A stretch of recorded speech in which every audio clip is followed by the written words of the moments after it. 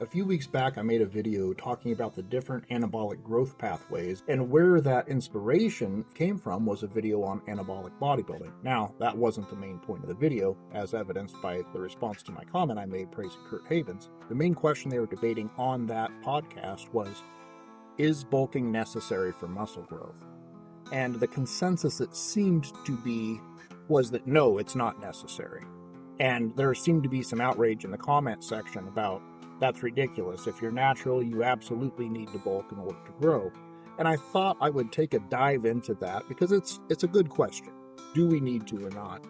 And try to answer that in a way that makes some scientific sense. In the beginning, if you're coming from a place of not being trained at all and having done no specific diet at all, and you're tightening up your diet a little bit, having a little extra protein, and you're doing any kind of training, you're going to grow.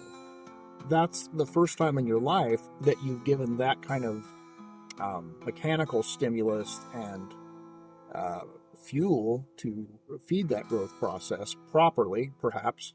And so you're going to see growth from that no matter what you do. Extra food, some training, good to go, right? First 6 months, first 8 months, first year maybe.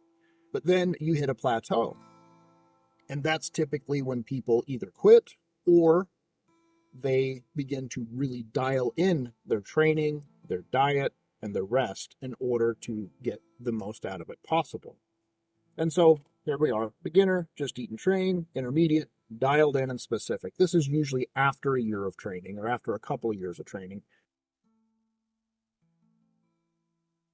When you've stagnated and you think, I got to do something different. Surely if I train in a more methodical, consistent, planned manner and eat in a way that's proven to be healthy and muscle building, then I will continue to grow. Yes, to an extent. You can tighten up your diet, you can tighten up your training, focus more on hypertrophy specific movements that work for you. There's all kinds of things you can do to maximize your natural potential. And anybody that's trained natural for an extended period of time knows that no matter what you do, at some point, you kind of hit that plateau point where you're at a fork in the road. The gains just are slow dripping, if at all, if you're not going backwards or injuring yourself before you can make progress, etc., etc. And you hit that fork in the road. So either you're going to go to the right and take PEDs, or you're going to go to the left and stay natural. This is where the question of, is food actually anabolic, really comes into play. Is it muscle growing? Do you need to bulk? Do you need to have extra food? If you go to the anabolic side and you learn about that and use all the various options at your disposal as tools, the truth is really all you need to grow is enough food.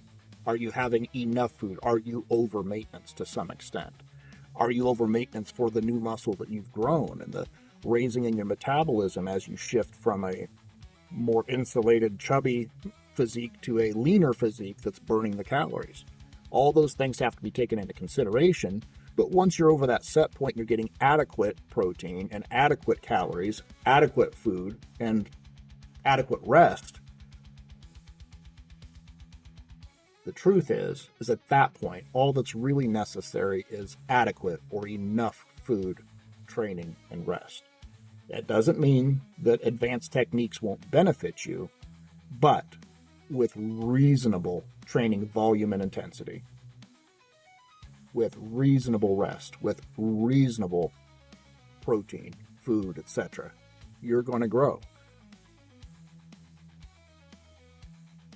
So if you're relying on anabolics of all different kinds to stimulate the various growth pathways, then food, training, and rest are really just fuel for that process and may offer a slight bump here or there, but a drop in the bucket in the grand scheme of things. And I think that's the point that the panel was trying to make on that podcast. It's not that it's not important, it's just that it doesn't have to be as make or break as if you go the natural route. On the natural route, you may not need specifically excess calories to where we would call it bulking, but you might need to make certain changes to your periodization, your training might have to change throughout the year to get the most out of it. You'll want to vary the ways that you eat to some extent. You might incorporate some form of fasted or time-restricted eating to take advantage of restriction and overcompensation, etc., etc. Natural bodybuilders that have competed could tell you that there's an overcompensation after the show, not just carbs and water, but actual new muscle growth once they rest and refresh and refeed, etc. So you can take advantage of all the different specific nutritional protocols and the best training for your body and just wrench down.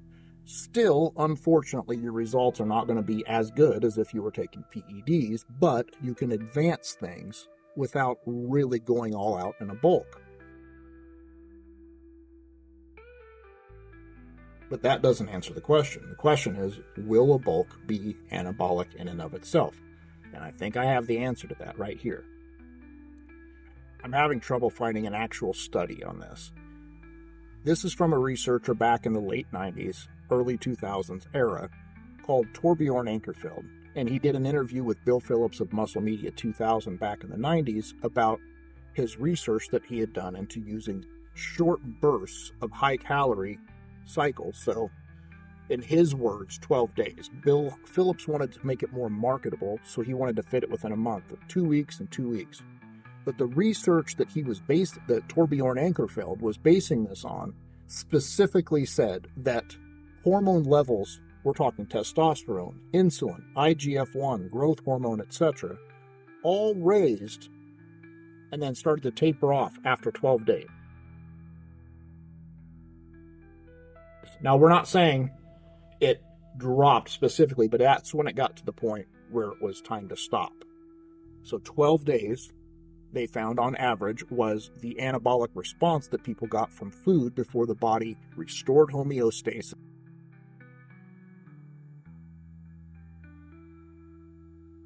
I think most of us have had a period where we've cut back for a while and then overcompensated and didn't get fat. That's a nice effect. And this is what this is trying to stimulate in a controlled manner, week after week, etc. In the simplest form, the ABCDE diet can be understood as a series of caloric cycles each month consisting of bulking and dieting. Trainees in the bulking cycle would consume roughly 140% of their maintenance calories for 2 weeks. It's not true, that's 12 days. Before switching to a cutting cycle of 90% of their maintenance intake. So it's just basic 300 to 500 calorie restriction and then something like a 1,000 to 1,500 calorie overcompensation and cycling that 12 days, 12 days. Now you guys know I like to fast, and I've used that to help accrue and stimulate activated and fortified stem cells for growth bursts. That's kind of a longer form of this and a more extreme form of this, but I used to try this back in the 90s. And as a skinny kid, it really did work when I would use it, and I could actually put on some muscle, whereas I had a lot of trouble gaining muscle otherwise. So the question is, do we need food? Do we need bulking type of food to grow? If we're on PEDs, if we're on TRT, maybe a little growth hormone, I'm not, but I'm not opposed to it, etc., etc., do we need food to grow? No, not in excess, just over maintenance. You're not going to grow in a deficit. You're not going to grow while you're fasting. You're not going to grow while you're dieting for a bodybuilding contest unless you're jacked up on a lot of juice. And even then, it's tough. So do we need that to grow? Not in that case. But do we need it to grow if we're completely natural? No, need is still a strong word. We could probably manipulate caloric intake enough without going into full bulking territory to put on some muscle. However, as a want, as a boost to your program, something like this, like the ABCDE diet, short overcompensation, caloric bursts, and short pullback periods. Like I say, I do a very similar thing with my fast. It's a little longer. It's going to take a little while to get into it, a little while to get out of it. In fact, maybe I'll start limiting my fast to 12 days after kind of revisiting that. Is there overcompensation from that when I go back to eating and so forth? Yes, absolutely. So, and I'm on generous TRT. So it's not like you can't take advantage of something like this and do both. It's not black or white. Do you absolutely need to bulk to grow? No. Is it helpful if done in a controlled manner? Absolutely yes. And anybody that tells you otherwise is full of it.